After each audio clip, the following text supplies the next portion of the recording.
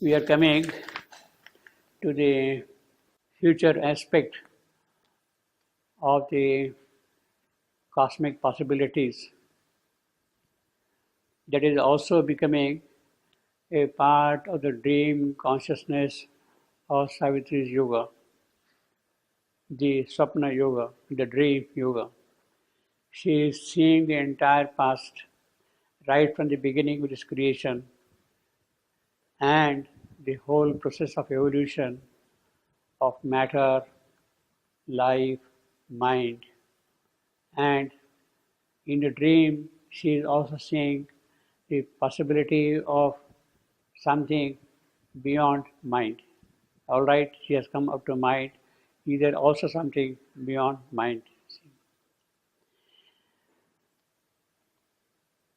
So that way, this is in fact one of the most beautiful sections in Savitri, describing in great detail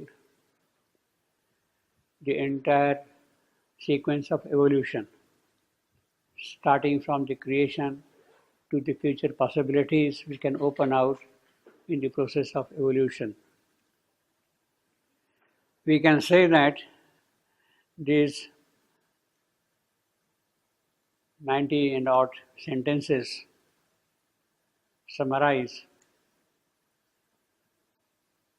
the last, I will say a dozen of chapters of the Life Divine.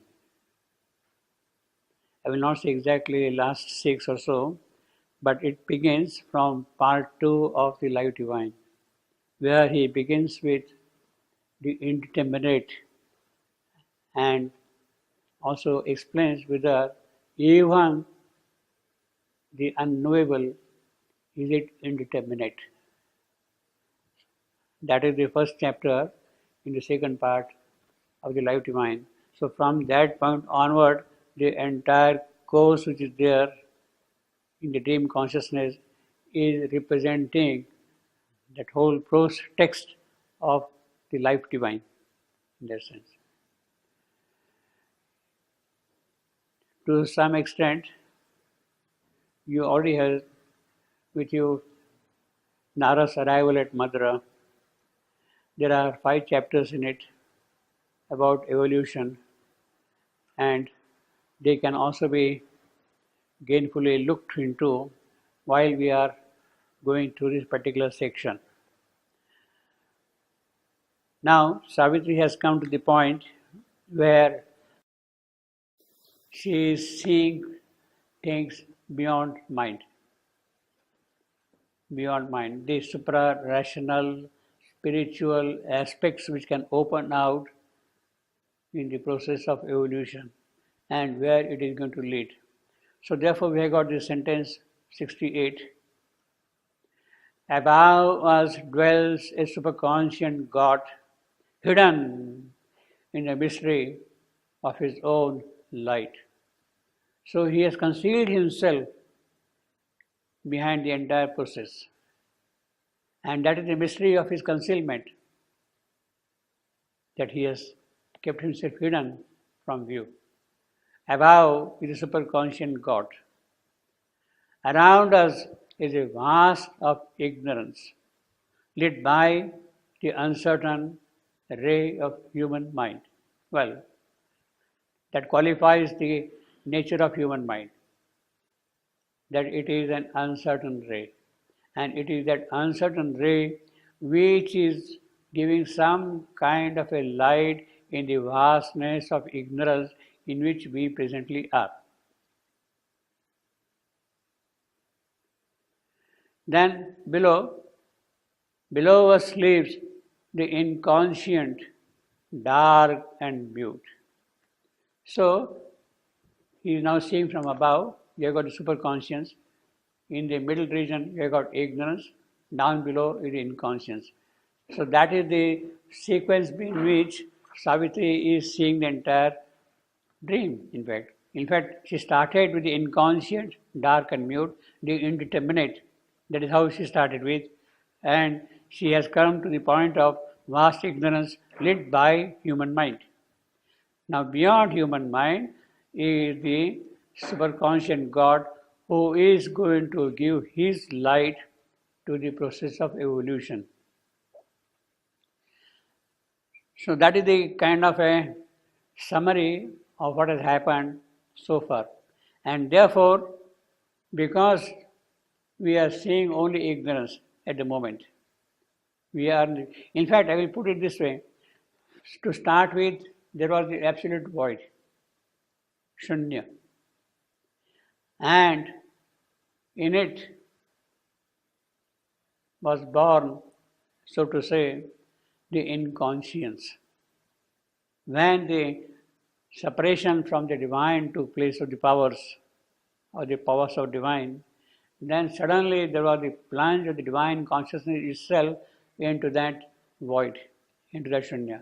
And in that void then, because of his presence, things started happening. That is the first dark indeterminate. And from that sequence onward, things started. So the first thing which had happened from that is of course matter, then came life, then came mind. So in that sense, from inconscience to ignorance is a very, very, very major advance. There was nothing there, absolutely nothing, and at least now there is ignorance. How it has happened, of that nobody knows anything. That process, as the mother says, has not been recorded anywhere. Nobody was there to write the sequence of those developments, you see. So, how the inconscience became vast ignorance, although it's a very major achievement, nobody knows of that. And the mother says, if I had to discover that, then I would know how to transform inconscience. Because that thing is not given anywhere. How from inconscience ignorance came, those steps are not recorded anywhere. It is difficult for me to go back and see how to work upon inconscience. See? That is the problem. And therefore she says that I have to first discover that, how it has happened. She has to kind of, in another way, recover that history, that development. Now, we are here, around us, vast ignorance, we are here. From here, the possibility is above. Is the above going to remain above only? Is it going to be accessible to us? Is it going to come down and help us in some way to change our vast ignorance into the vastness of light? So that is the question naturally. Otherwise, what is the relevance of superconscious? Okay, you are there, so what? Are you going to help me? That is more important for me. Therefore, the connection between ignorance and superconscious is what has to be first discovered, has to be seen, and then slowly start climbing up, you see. So, the dream sequence through which Savitri is going, the stream of consciousness through which Savitri is flowing, is moving, has now come to the point of ignorance where it is looking for superconscious and also wondering whether that superconscious can be brought down here, can help us to grow beyond ignorance. So the future possibility, the human race, the Gnostic possibility which can open out, the Gnostic beings which can come out are connected already in this sentence, you see. Therefore, the poet says, the yogi says, all that he has described so far, practically in those 68 sentences, was only matter's first self-view. Matter was looking at itself and presenting it. A scale and series in the ignorance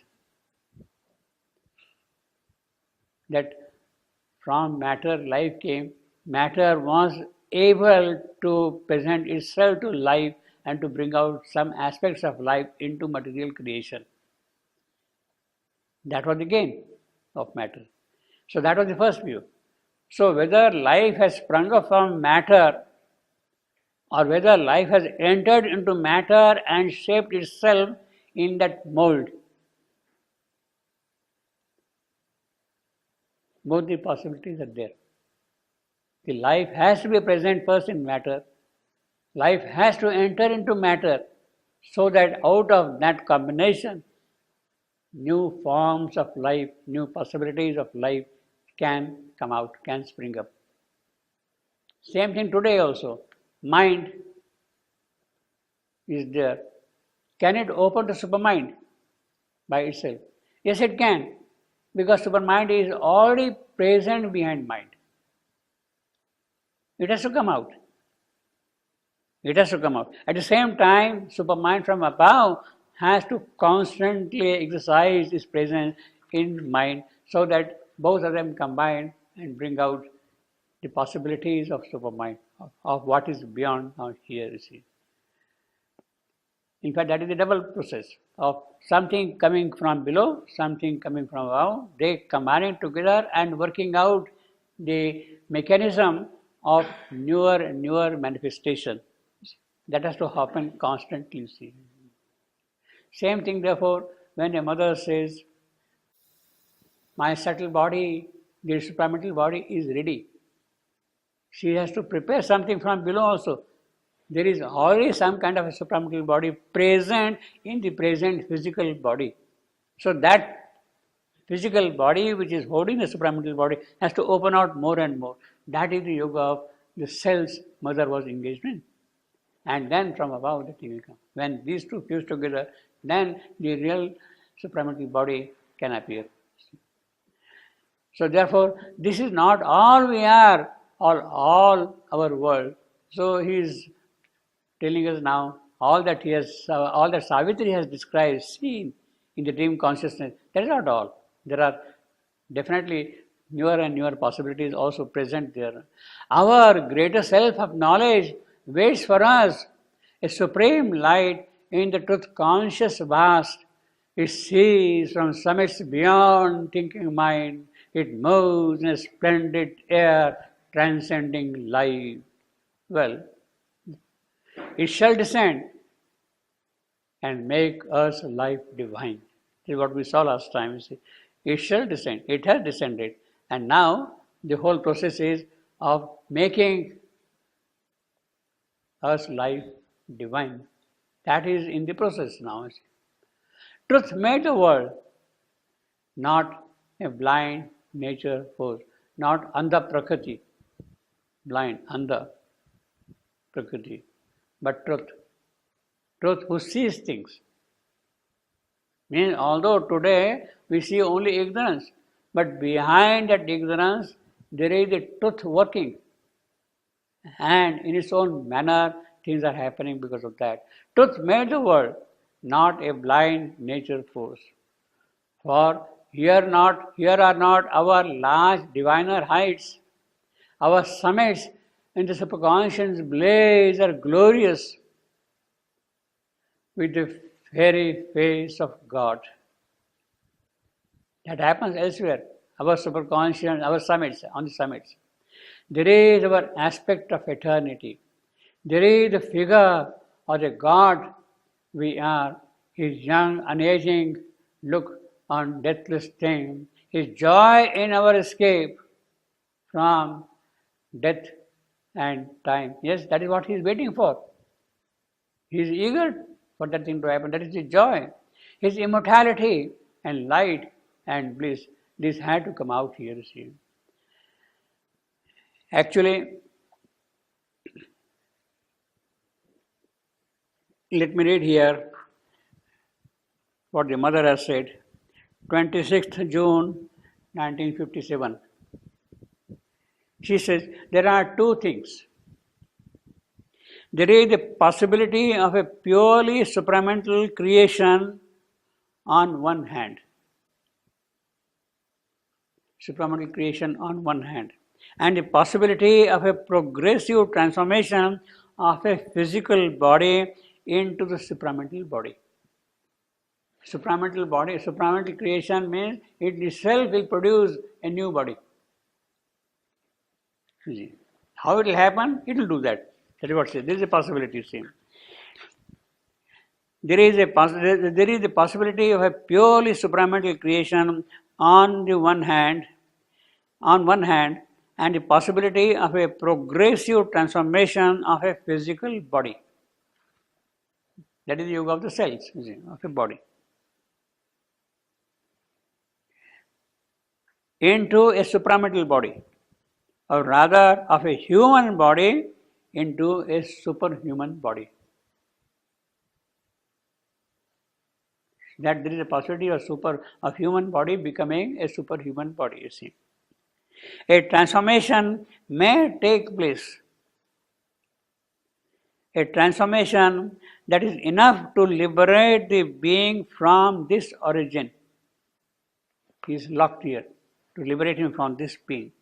But all the same, it wouldn't be a purely and entirely a supramental creation. If it happens from here, it won't be a purely supramental creation. She is saying that thing. Sri Aurobindo has said that there will be an intermediate race. Shrom. A race, or perhaps some individuals, we don't know. She is saying that thing in 1957. We don't know. An intermediate rung which could serve as a passage or could be prepared according to the needs and necessities of creation. The intermediate race which will prepare according to the needs of the creation. Bodies formed according to the supramental method, on the other hand, bodies formed according to the supramental method, will have absolute perfection in contrast to the intermediate bodies, obviously, which will be more on the supramental side in the sense that all animal expression may disappear. The absolute perfection of the supramental body, that is another possibility. So she says that both the things are happening simultaneously, from above and from below. The progressive transformation may take a number of years. We are in a hurry. Probably a considerable number. Though he might be a being no longer a man, already no longer a man in the animal sense, yet would not be the supramental being fully outside all animality. So the element of animality will be still present in the intermediate race, because that has to happen from there. If the evolution has to have meaning, it has to happen that thing. Gradually it should come here. It's not that something is transplanted here and also.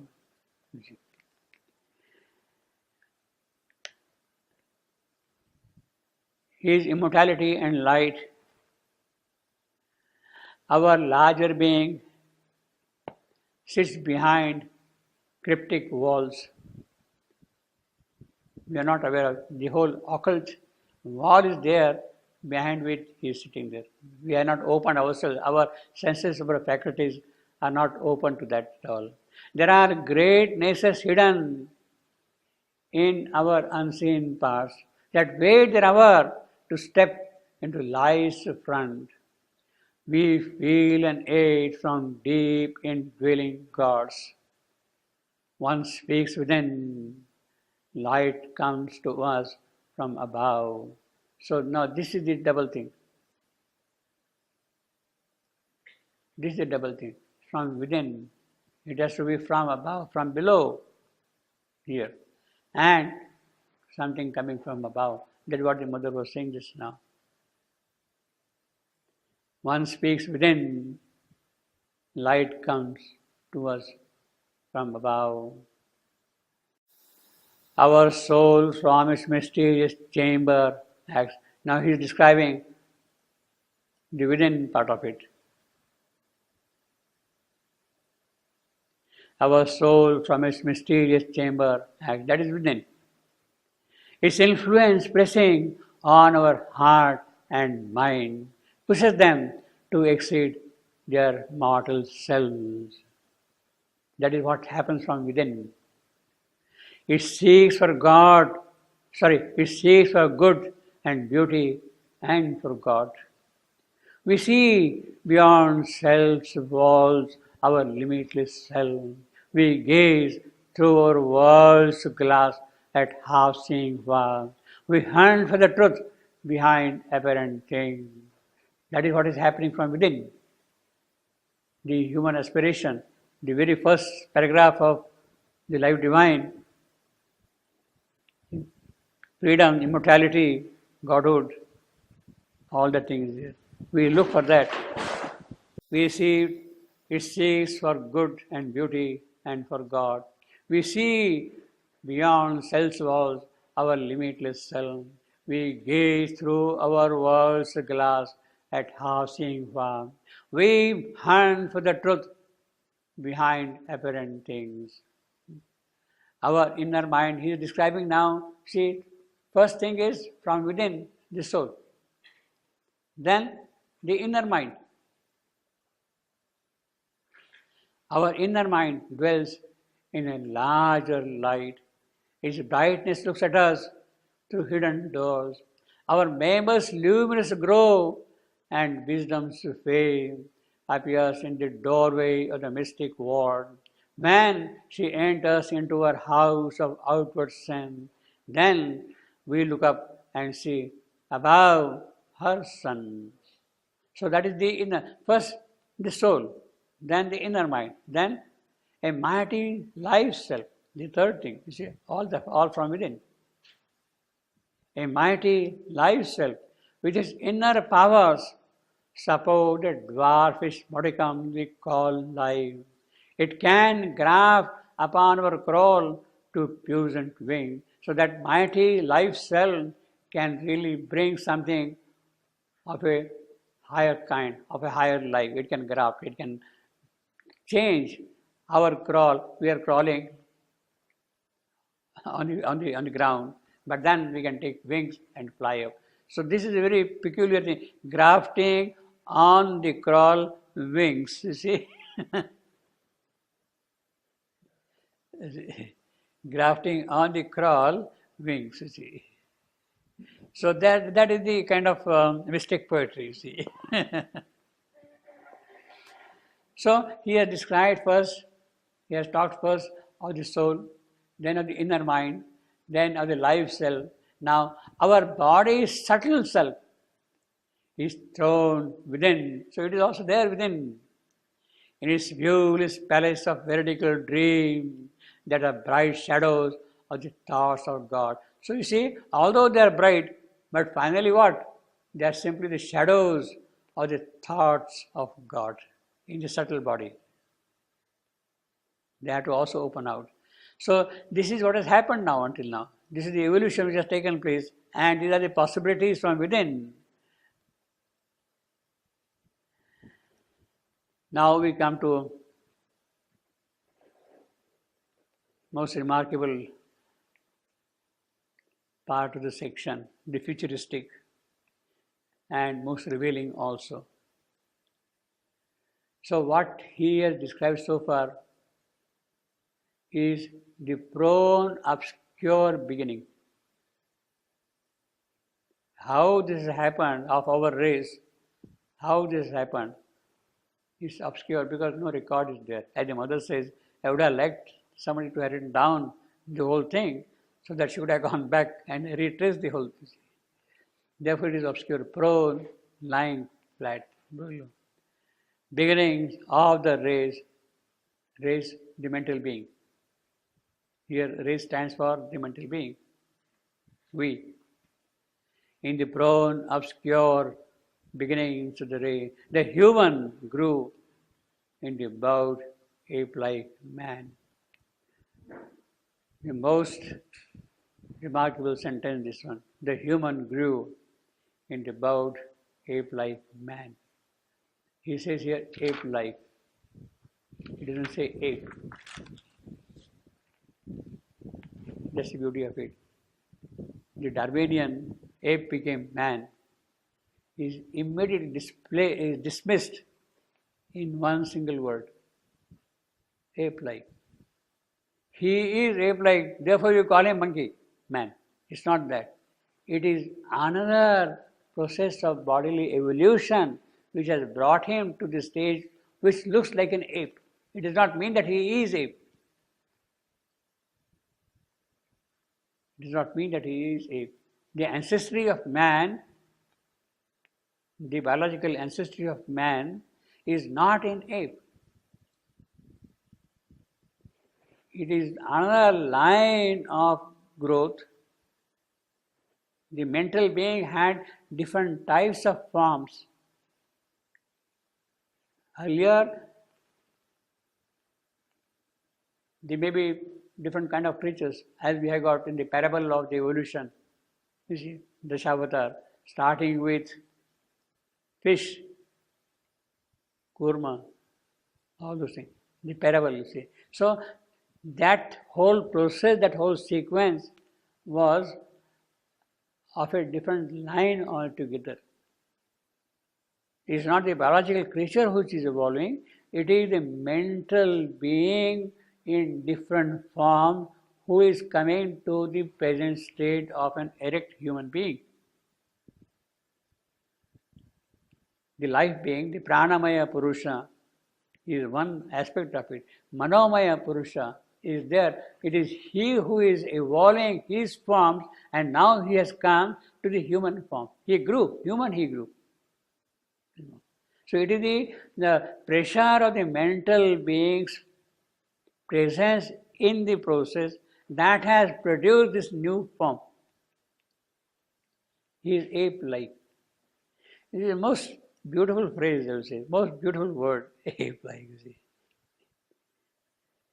In one word, he has completely dismissed the Darwinian theory, the biological theory of evolution. In one word. In fact, in that Nara's arrival at Madras, there is a whole one chapter on the biological evolution, you see. So you can see that thing also there.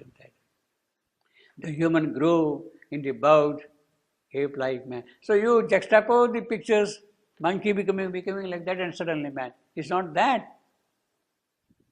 It's not that. You have seen the ascent of man. You have seen pictures of ascent of man. The most famous book by Bronowski, the British author who had conducted a long series of BBC interviews, there he has described the ascent of man. So in the ascent of man, it is actually the mental being who is growing. He says, of that we don't know. It is obscure beginning. But it is definitely there as separate entity altogether than the vital being. The vital being. The quality of mind in the rudimentary form is present there, and it is that rudimentary form which has produced that type of a being. And now it is he who is evolving. Now, so that way, I will say this is the most dramatic, most powerful kind of a statement ever made upon the biological evolution of man. In one single word, you see. And the chapter which I have sent you earlier from the Record of Yoga, he describes the earlier cycles, how the evolution had taken place of different beings. All kinds of beings are described, Rakshasa, Pishacha, Asuras, Vanaras, all those things you see, Pramatta. And then comes the mental being. The arrival of the mental being is the arrival of the avatar, we call him as Rama. He is the arrival of full mental being coming into picture at that point.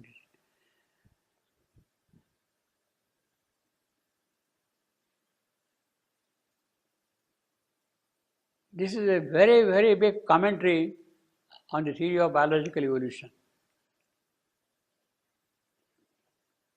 He stood erect,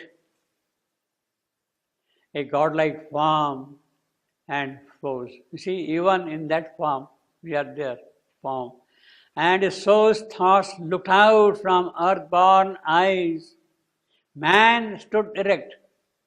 He wore the thinker's brow. He looked at heaven and saw his comrade stars. A vision came of beauty and greater power, slowly emerging from the harsh chapel of light. He moved in a white, lucent air of dreams. That is what man has come to point. Now, he says, man stood erect and wore the thinker's brow. This is exactly the place where Savitri too awoke among these human tribes. Savitri too awoke among these human tribes. The first canto.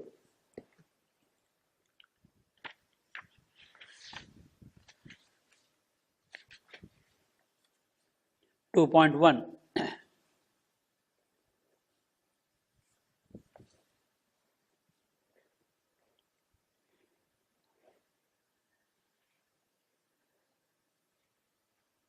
And Savitri too awoke among these tribes. You see, these early mental beings, what is described. So the birth of Savitri is since the presence of the mental being getting ready to make progress. That is the point where Savitri comes here. And Savitri too awoke among this tribe that hastened to join the brilliant Samanas chant. Brilliant Samana. Samana, that's the sun god, Surya, supramental light, supramental power. His chant. So people, we are making a move in that direction, and Savitri is hastening towards that. And lured with the beauty of the apparent ways, acclaimed their portion of ephemeral joy. She has taken immortal birth for that purpose. She is lured by that in order to lead them, because there is a call from the Samana. In fact, it is a kind of an adesh, it is kind of a command to Savitri, go and do my work on the earth. And Savitri is here for that, you see. Akin to the eternity whence she came, no part, etc., etc. Although she has come here now, she is still divine always. So it is at this point we can see the birth of Savitri. He stood erect, a godlike form and force, and his soul's thoughts looked out from earth-born eyes. He looked at heaven. Yes, that is what we are doing. This man alone who can look up. Until now, he was looking down at the ground, you see. A vision came of beauty and greater birth, slowly emerging from the harsh chapel of light, and moved in a white, lucent air of dreams. So actually it is from this point onward we can say that we have the arrival of the mental being, the mental manhood, and he is looking beyond now, the spiritual manhood. He is looking beyond the spiritual manhood. How? First he has to step out of the mental part. The rational mind has to enter into the supra-rational domain of light, supra-rational. Spiritual manhood, then comes the supra-rational possibility. And what are the supranatal possibilities? See, we go by cause and effect, by logic, by reasoning and things like that. But beyond reason, there are other possibilities of knowing things, of understanding things, of understanding. And suddenly you don't know how it has happened. For instance, you say that Einstein's theory of relativity is a perfect rational scientific theory. Of course it is a rational scientific theory. But how did he arrive at it? Not by any process of reasoning. He didn't arrive at it. He gave to whatever had arrived to him a form of reason and argument and a logic which we understand. But it does not mean that he received that way. It happened suddenly, flash or whatever you want to call it. A ready instrument, and suddenly something jumped into it, and then it happened. He didn't arrive at that theory by rational argument, by reasoning. In other words, what is called in the Indian psychology, there are 4 steps. One is the discernment, dakshina. You discern something. Now you don't give an argument for that. Suddenly you see all the possibilities and then you say, oh, yes, this one. Why it happens, how it happens, that you cannot argue. But suddenly something happens in you and it responds, it must be this. That is the discernment. It is not by logical process you have arrived at it. First is the discernment. Then comes the intuition. You open out and something enters into you. Intuition. Beyond intuition is inspiration. Discernment, intuition, inspiration. A poet writes by inspiration. A painter does by inspiration. Musician does by inspiration.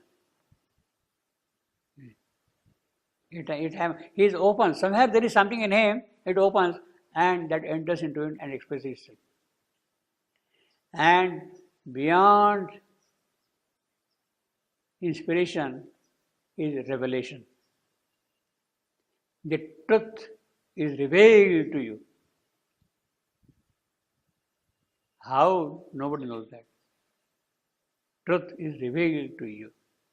So these are the possibilities of the spiritual man.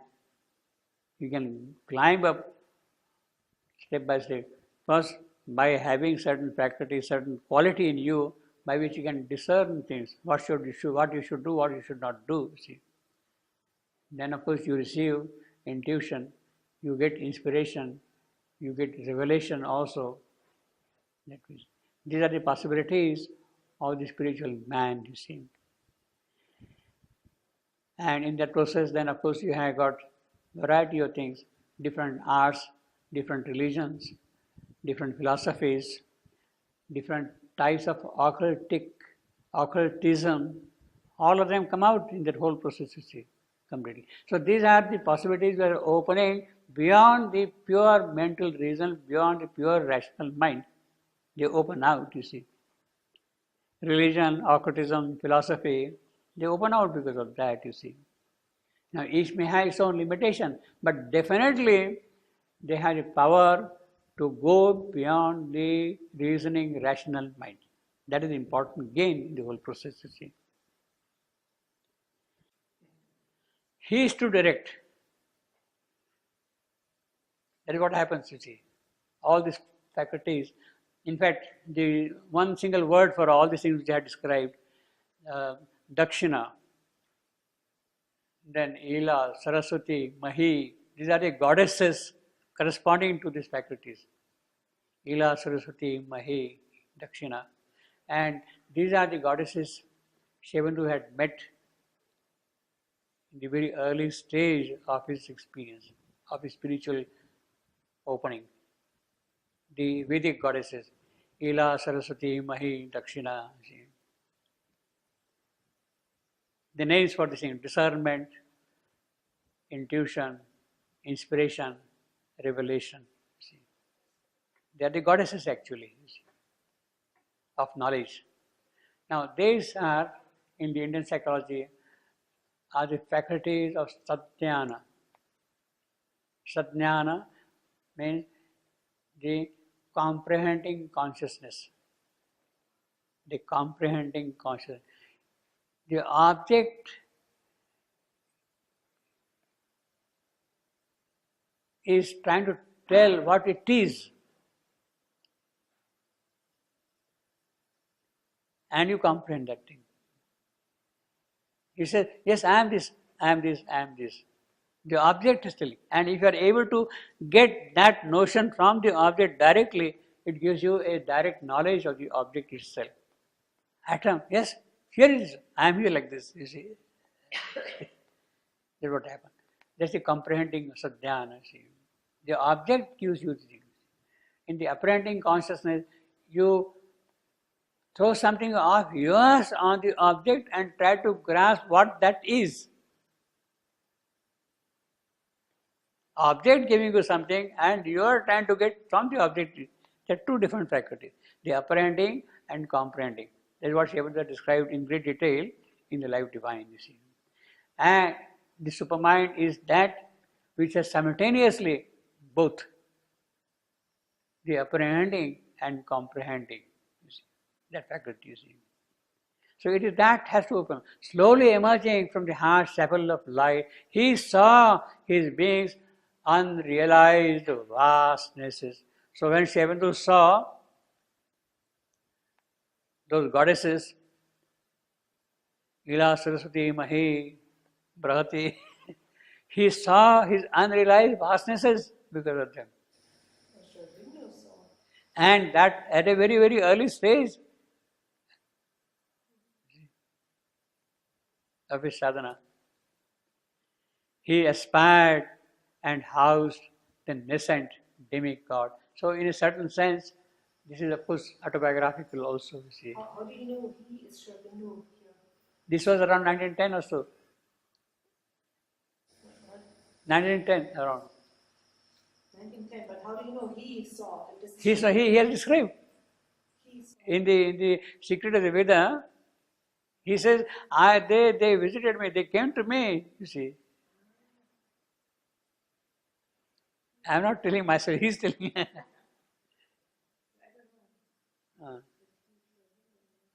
At a very early stage of his yoga, he aspired and housed the nascent demigod. Earth must transform herself and equal heaven, or heaven descend into earth's mortal state.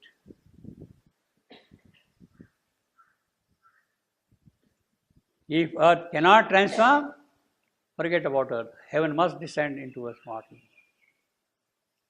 So whether a new spiritual body will descend like that, or whether a supramental body will be built up gradually here, so that can happen. Possibly, both the things will have to happen simultaneously. Both the things will have to happen simultaneously.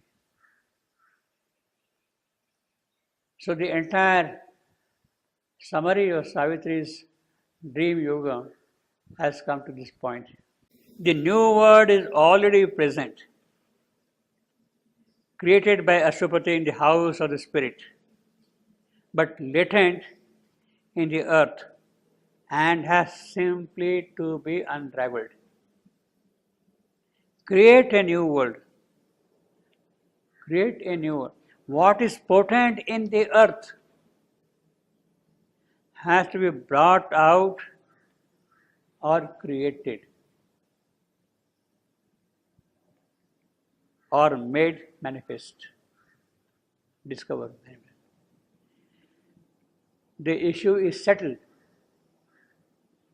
that either earth must transform or heaven must descend. The issue is settled. It has to happen. It has to happen. The appearance of new humanity led by the mind of night is the process. What Shivananda has done later on. The physical mind opened its supramental light That is the process by which this will happen. Earth transform into heaven, or heaven descend into mortal state. The physical mind has to open out to the supramental light, for which both things have to happen. Something from below, something from above, constantly. The issue is settled. The command is received by Savitri that man must grow into God. Mold humanity in God's own shape. The appearance of new humanity, the new race, the intermediate race, the appearance of new humanity led by the mind of light is the process. What was written here, all these things. You see, this canto, this book rather, as I said, was written by Sri Aurobindo in 1947. It does not mean that he did not know of it earlier. But it took this form in 1947. What was written here in 1947 found its elaboration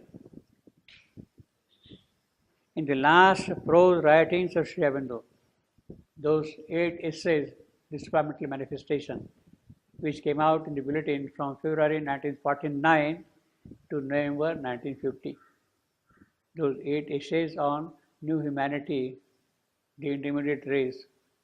It is they which kind of elaborate what he has written here, hinted here in 1947.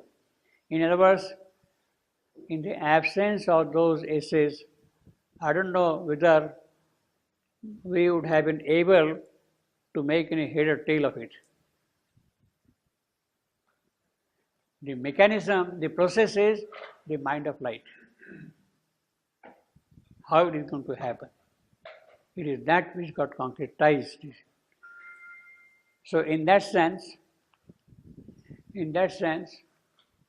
we can say that what we have in the 11th book of Savitri, the everlasting day, is the description of the intermediate race which is going to come, which is going to lead to the life divine. What we have in the 11th book, the everlasting day, it is this will happen, this is how it will happen, is the elaboration of these things in that book. It is the description of the intermediate race. In other words, we can even say that Savitri confines itself to the realized objective of the intermediate race. To talk of the supramental race will be futuristic. And that is why he has not told anything of that in Savitri. How the supramental world be there, this thing, that thing. Be quiet, keep silent, be patient, it will happen. At the moment, what is realized, what is done is this, the intermediate race. Earth must transform herself and equal heaven, what the mother has said also. Whatever be the option, earth, heaven, identity, is what we have got here, is a must. Either by transformation through evolution, earth must transform by evolution into this one, either by transformation through evolution or by descent as an intervention. Possibly both complementing each other.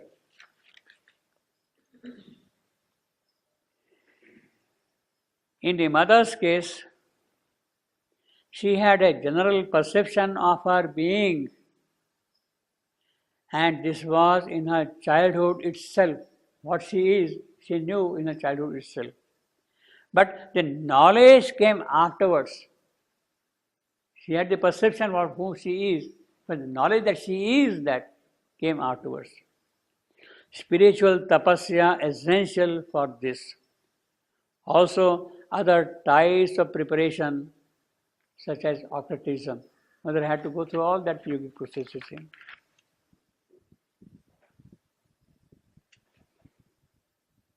See, in the case of Ashwapati, in the very early beginning, 19.1, a will, a hope immense now seized his heart, aspiring to bring down a greater world.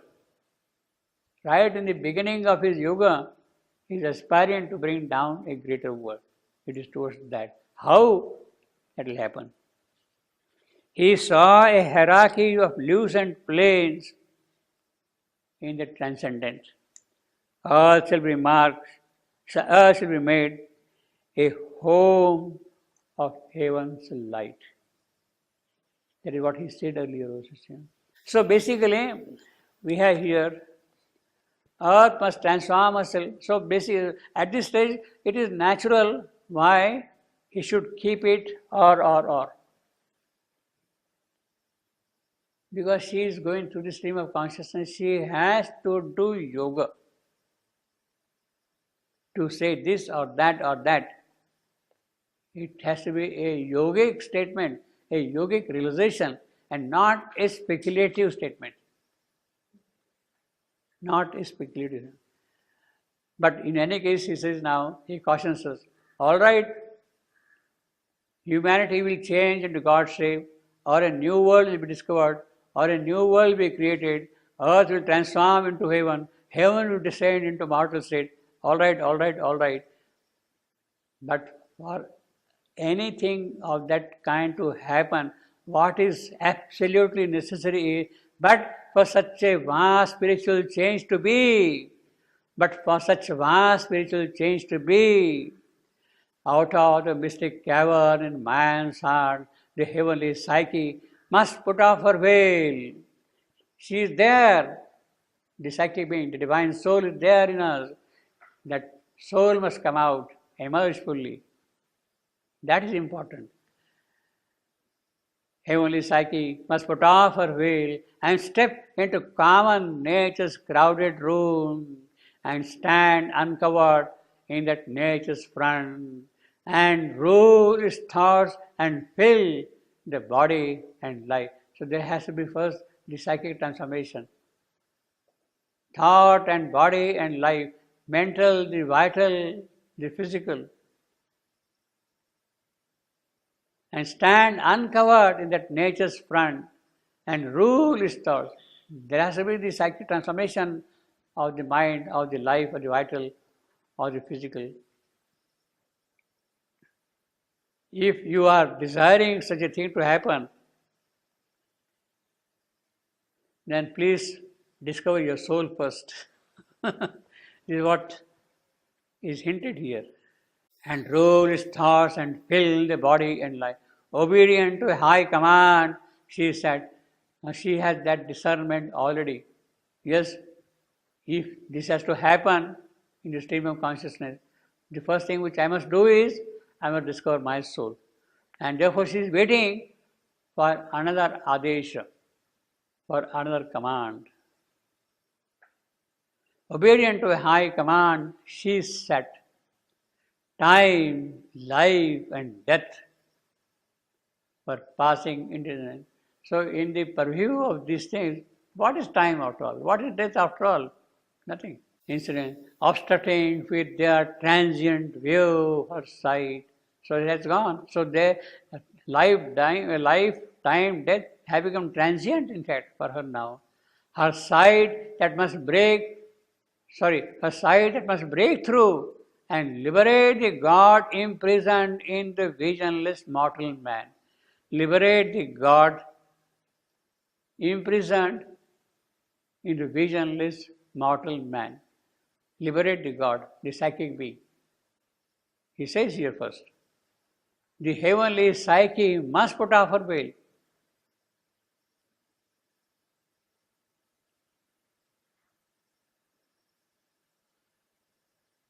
It is that must be liberated. I wanted to ask you something about the liberation of psychic being. In the past, many people have had a realization of their soul. Like in Christianity, there are all those Yeah. saints and so on. They had Yeah. all the psychic realization, but nothing happened with them. No, Nothing. we They can't get say, just but stuck because you see, if it's partial, see, he says here clearly, and rule its thoughts and fill the body and life. Does that happen? Does it rule? But I don't know. Exactly. I know that they have it. Yeah, that's all right. So it can show glimpses, etc., etc. It can help you to some extent. But ultimately, for a change of that kind to take place, the psychic being has to rule your mental, vital, physical. In other words, the first step towards the intermediate race is the step of psychic transformation. This step of psychic transformation. Then will come spiritual transformation. Then will come supramental. Obedient to a high command, she said, time, life, and death were passing incidents, obstructing with the transient view of her sight that must break through and liberate the God. Liberate the God is talking again of the psychic being, human, heavenly psychic, imprisoned in the visionless mortal man.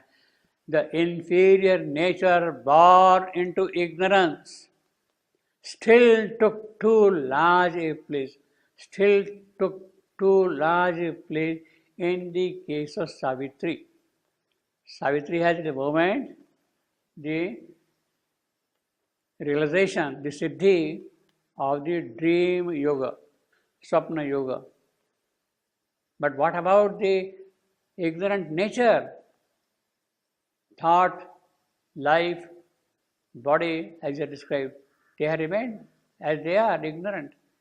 It veiled herself, that ignorant nature, veiled herself and must be pushed aside to find her soul.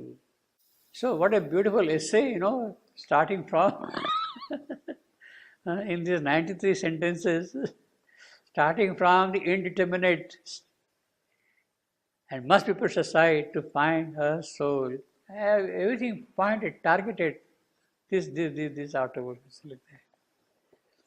The inferior nature born into ignorance took too large a place, so Savitri has to work upon that now.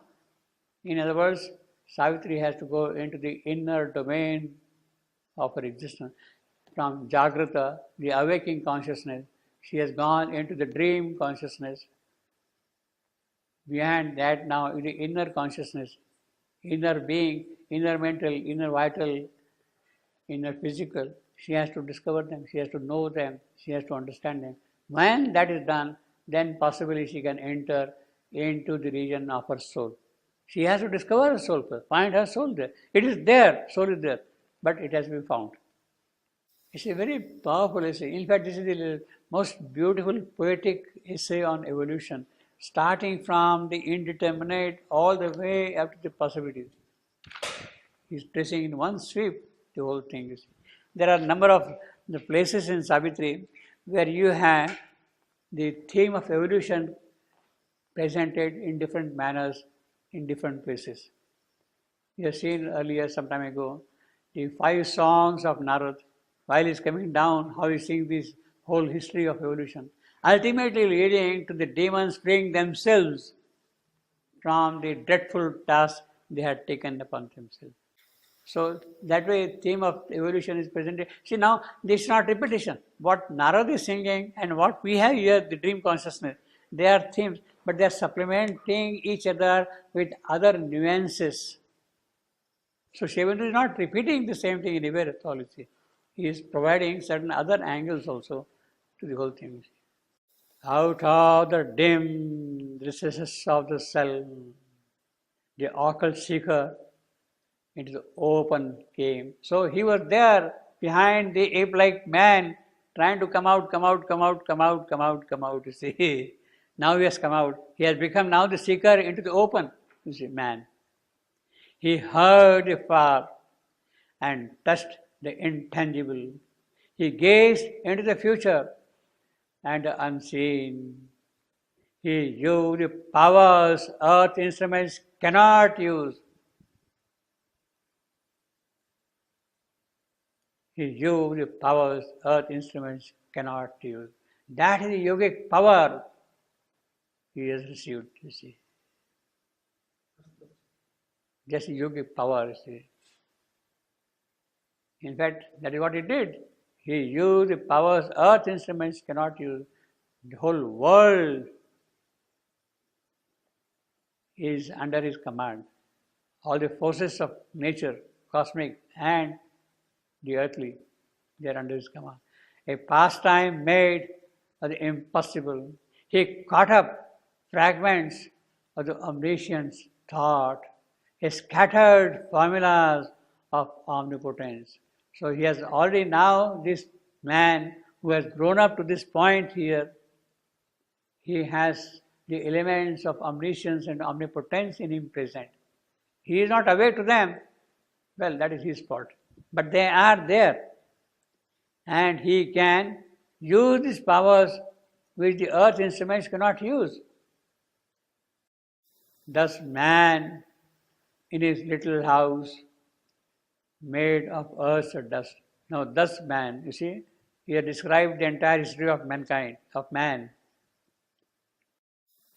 Growth of the mental being, he has described in just few sentences. Thus man in his little house made of earth's dust grew towards an unseen heaven of thought and dream, looking into the vast vistas of his mind on a small globe dotting infinity. Yes, that is the earth. Small release, a point basically, if you see the entire astronomical universe, you see. A small globe dotting, but that is a significant dot. You see. This is a unique dot also. It is that dot alone which can look at infinity. Which can look at it. It is not there elsewhere. There is something very special about this globe, this dot. Earth is a significant center, as Shivandu says, created for a special purpose. In order to concentrate the process of evolution, created in order to concentrate, to focus the process of evolution. If it is done here, then things can be done in their own way elsewhere. It is not that they are repeated elsewhere. That is important. It is not that this kind of life and growth will be repeated elsewhere. There is no fun in that. But each object, each dot of infinity has its own uniqueness. It is that which will get expressed if this happens first here on earth. The sun, it has its own uniqueness. Mars, it has its own uniqueness. All the galaxies, Andromeda, whatever you want to call them, they have their own specific purpose, content, personality, character, svabhava. And it is that which will get expressed if things can be worked out here upon earth. It is not that you are repeating the same process elsewhere. It is not a copy-paste mechanism at all, you see. It cannot be. It's meaningless also, you see. It has to have its own dynamism of evolution and growth and opening out of the divine possibilities in it, you see. So if it can happen on earth, it will happen in their own way, for their own fulfillment elsewhere.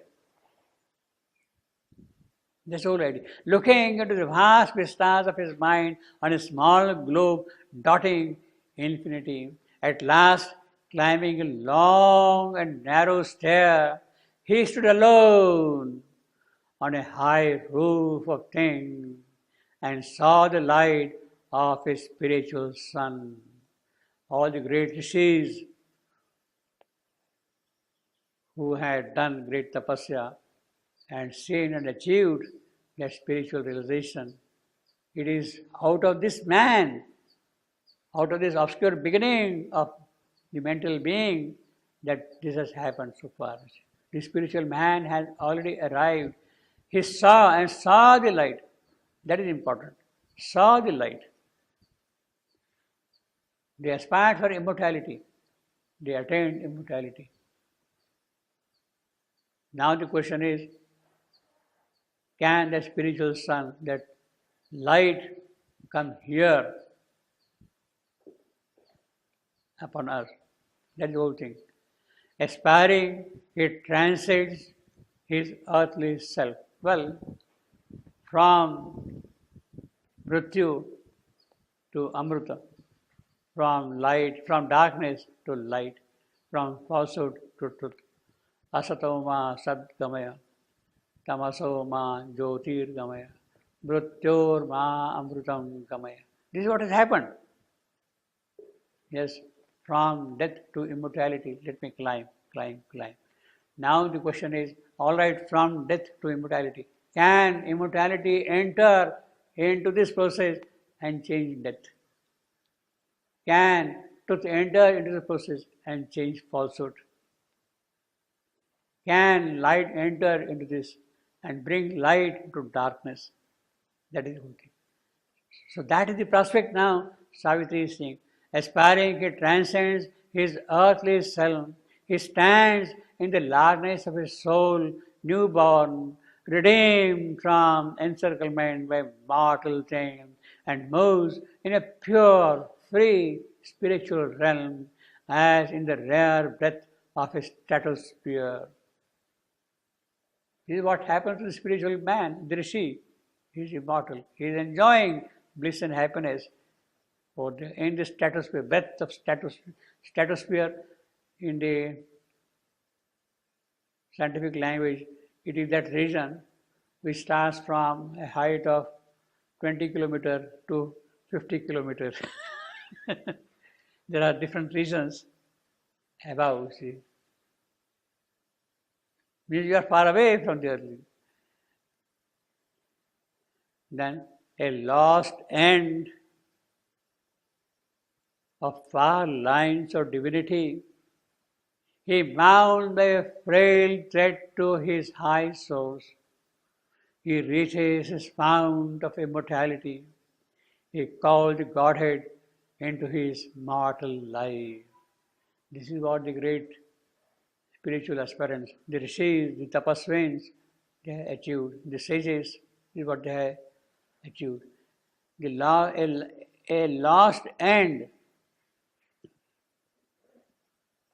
of far lines of divinity. Lines of divinity, you see, they are there everywhere. But then they got lost here now in ignorance, wherefrom the mental beings come. They got lost those ends. Each one has its own end, but it got lost. Beauty, it got lost in this world. Knowledge, power, all these ends which are there, these lines which are there of divinity, they got lost here in this creation of ignorance. You have to find them back. They will come back. Yeah.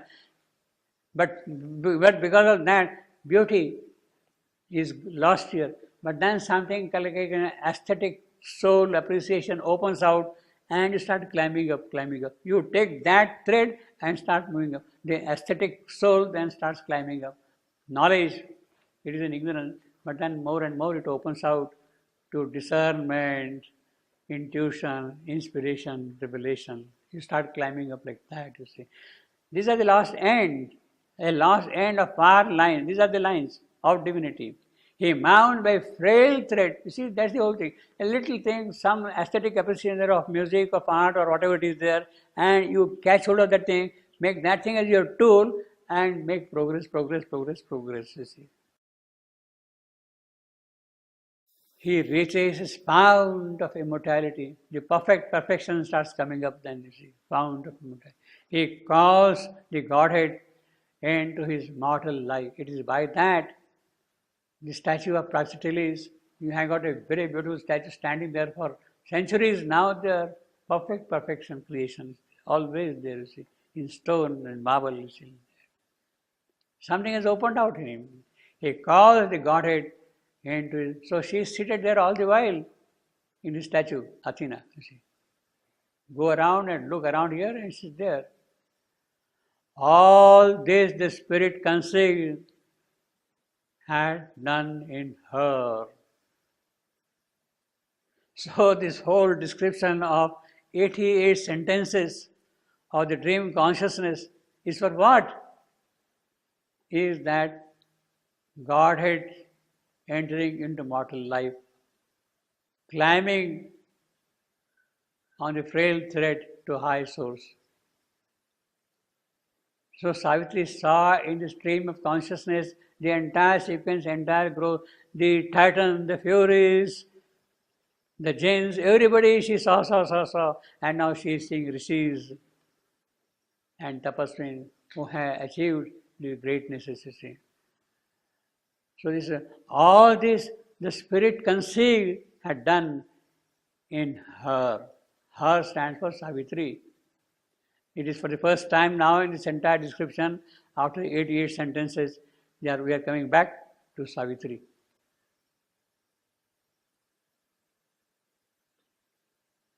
Now,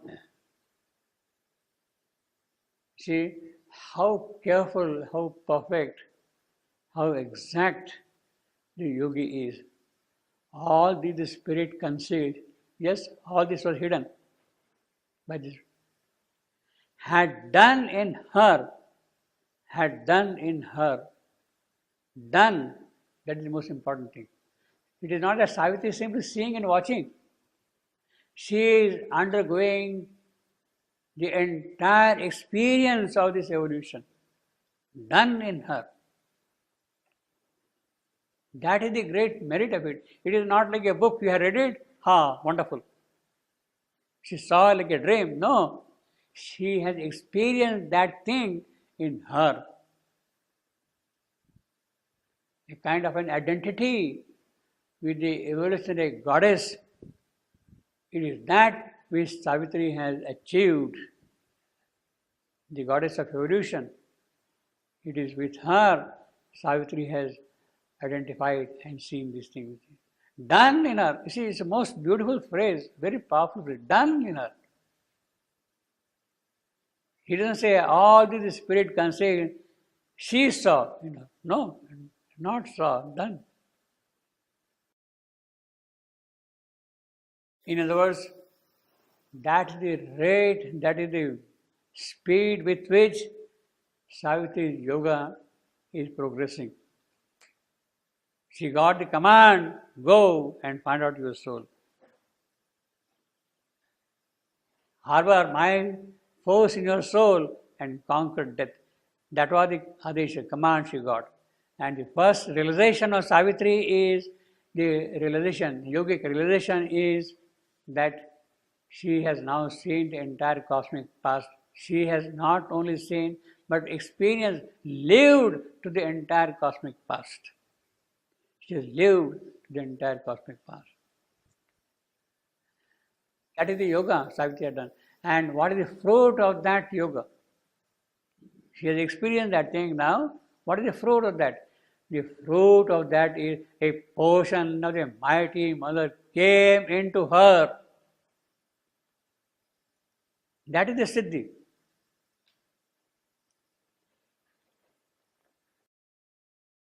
Savitri has done the yoga, she got a fruit of it.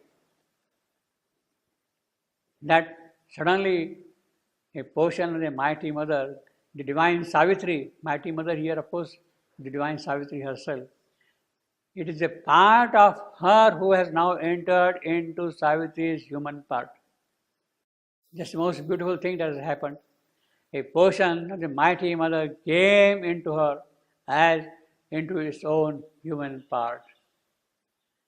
So here again, it's very clear, as into its own human part. Savitri is the incarnation of that mighty mother. It opens out that thing into its own human part. That is Savitri, the human, the incarnate. In other words, this mighty mother has incarnated herself into the human Savitri here.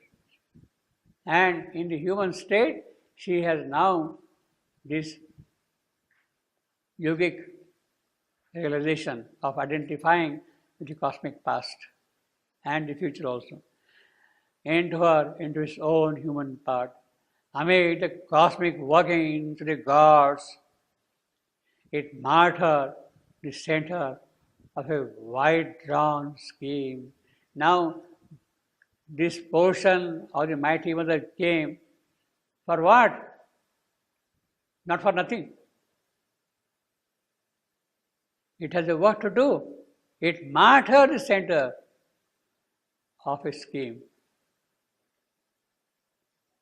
The portion came with a purpose. Look, Savitri, this is what I want now to be done.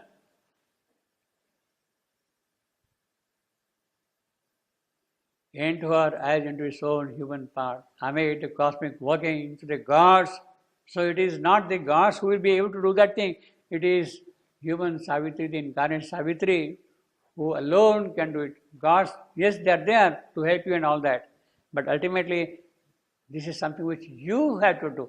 And look, I am here in you. And do it.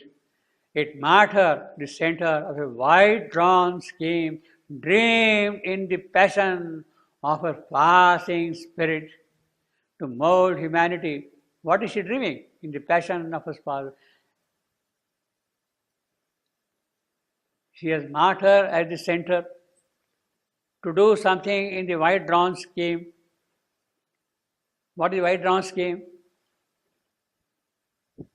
To mold humanity into God's own shape.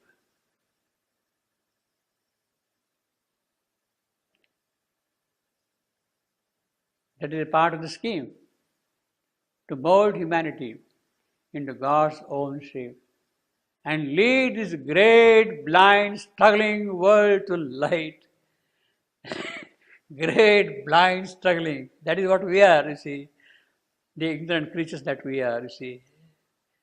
Anityam, Asokam, that is what the Gita says. Anityam, transient, Asokam, sorrowful.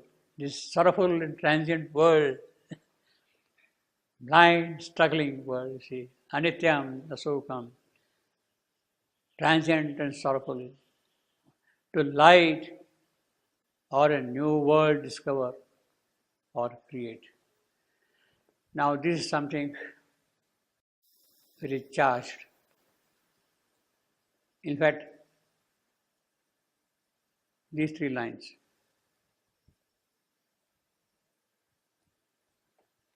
The future of human race, the future of evolution. He has described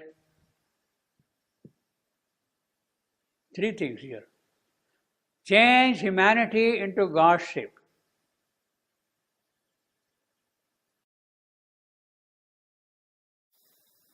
From below above. Change humanity in God's shape. For what? Etc. Yeah, that we are not. Change humanity into God's own shape. That is one thing. If that cannot happen, then discover a new world. If humanity cannot change, then please go and discover a new world, which might be waiting for something to happen. If the new world does not exist, create a new world.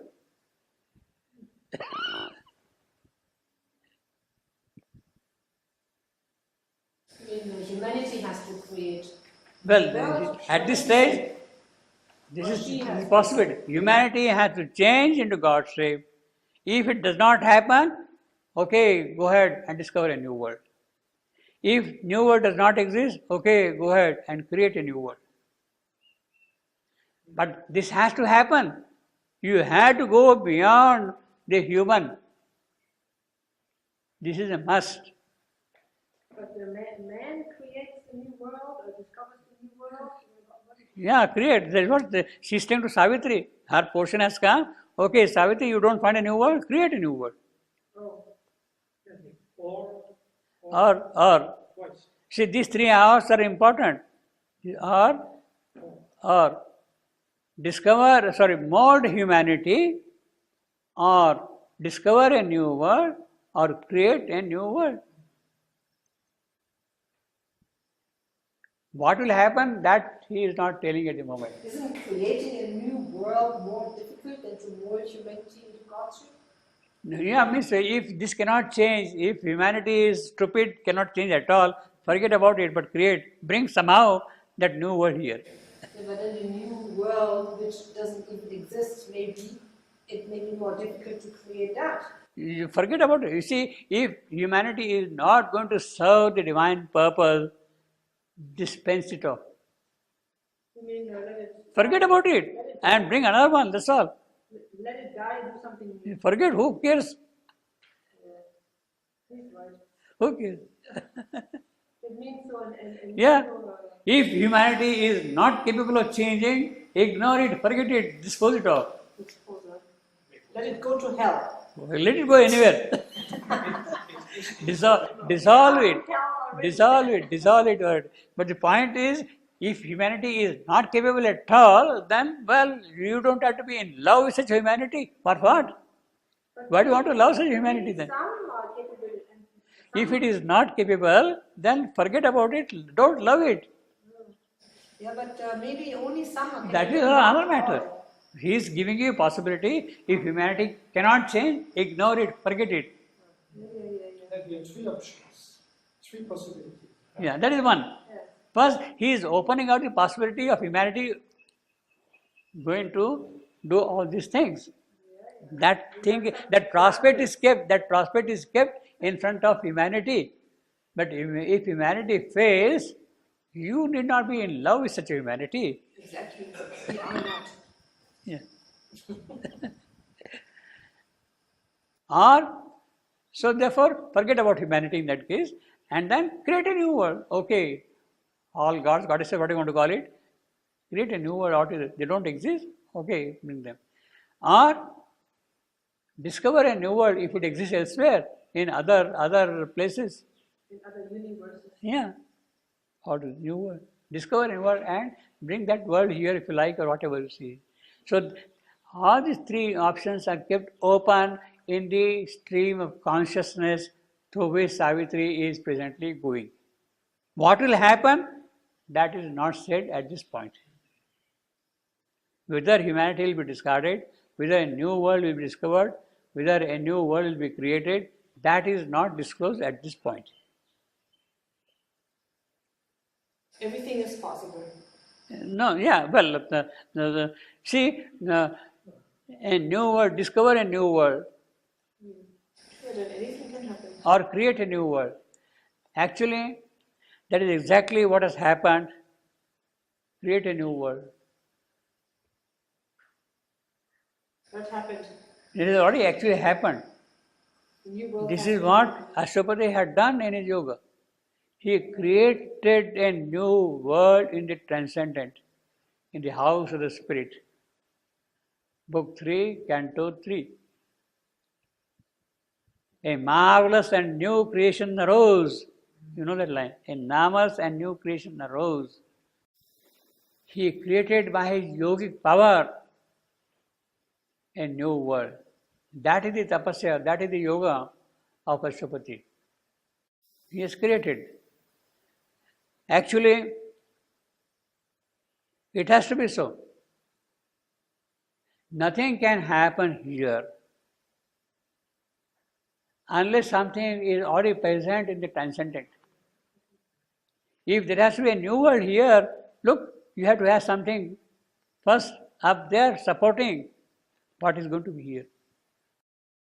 Supporting in the transcendent. In Satchidananda, that world has to be present first. Then only it can be here, not otherwise. He has created a new world. In fact, that is what the yogi has done. Ashtapati yoga means that basically. He climbs up the entire ladder of consciousness. In the transcendent, he assembles, so to say, or creates a new world there, the supramental world. It is there now ready. It is there now ready. Now the question is, Ashtapati's question is, look, I have done my job as far as Ashtapati is concerned. But I can't bring that world down here. It's there. I have done my job there. Who can bring it down? Only the divine power. Only Savitri. Therefore, he approaches the divine Savitri and tells her, please, madam, take birth and bring this world down. I have created this world. That word has to come down. It is you alone who can do that. Savitri alone can do that thing. That is the division of responsibility of job. He has created a new world. To bring that new world into manifestation here is the job of Savitri. Shri Aurobindo has already created a new world. To bring that new world here is the job of the mother. It is the job of the mother. She has to do that thing. Create a new world. He has done that thing at this point, you see. Then only, all right, to whatever extent is possible, humanity will be absorbed, will be developed, etc., because of that. If it is not there, discover a new world. So at this point, Savitri is saying, because the mighty mother has come into her now, Savitri is seeing all these three openings. Let the humanity grow. In fact, this is what we read just now from the mother, from below, from above, you see. Let the humanity grow. If it cannot grow and step into that, let something happen from above, create a new world and bring it down. You see. So these things is what the dream of Savitri is arriving at. The new opening. The yoga of Savitri has advanced to this point already within a few hours. You see. In fact, this whole thing is summarized here now in these two lines.